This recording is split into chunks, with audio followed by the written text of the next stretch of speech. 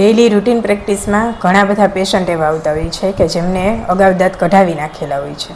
તો એ લોકોની કમ્પ્લેન હોય કે કઢાવેલા દાંત છે ત્યાં નવા નખાવા છે.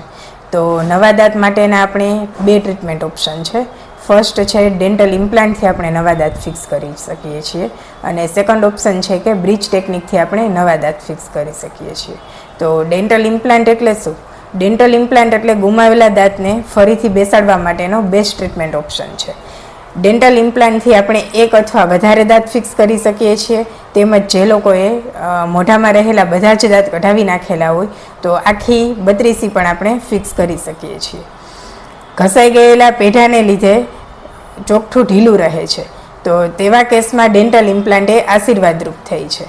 જનરલી ચોકઠાનું આયુષ્ય છે 5 થી 7 વર્ષ હોય છે. ચોકઠાને લીધે પેઢા અને હાડકામાં ઘસારો થાય છે, જ્યારે ડેન્ટલ ઇમ્પ્લાન્ટ એ પેઢા અને હાડકામાં ઘસારો કરતું નથી. તો એ હિસાબે આપણે જોવા જઈએ તો ડેન્ટલ ઇમ્પ્લાન્ટ એ લોંગ ટર્મ આપણને રિઝલ્ટ આપી શકે છે. જ્યારે 1 અથવા વધારે દાંત ફિક્સ કરવાના હોય છે ત્યારે બ્રિજની સાપેક્ષમાં ડેન્ટલ ઇમ્પ્લાન્ટ વધારે ફાયદાકારક છે.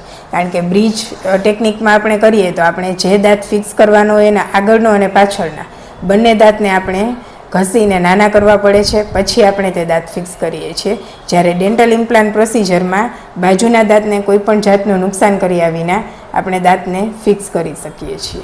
બ્રિજની સાપેક્ષમાં આ ટ્રીટમેન્ટ છે એ વધારે ફાયદાકારક છે અને ડેન્ટલ ઇમ્પ્લાન્ટ કરાવ્યા પછી આપણે કુદરતી દાંતની જેમ જ બધો ખોરાક ચાવી શકીએ છીએ.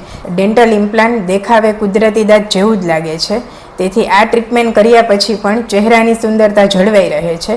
તો આગળના કોઈ પણ દાંત હોય તો આપણે એ પણ ડેન્ટલ ઇમ્પ્લાન્ટથી પણ ફિક્સ કરીને આપણે બેસ્ટ રિઝલ્ટ મેળવી શકીએ છીએ. તો આ બધા ફાયદાઓને લીધે આજે લોકો વધુમાં વધુ ડેન્ટલ ઇમ્પ્લાન્ટની ટ્રીટમેન્ટ પસંદ કરી રહ્યા છે.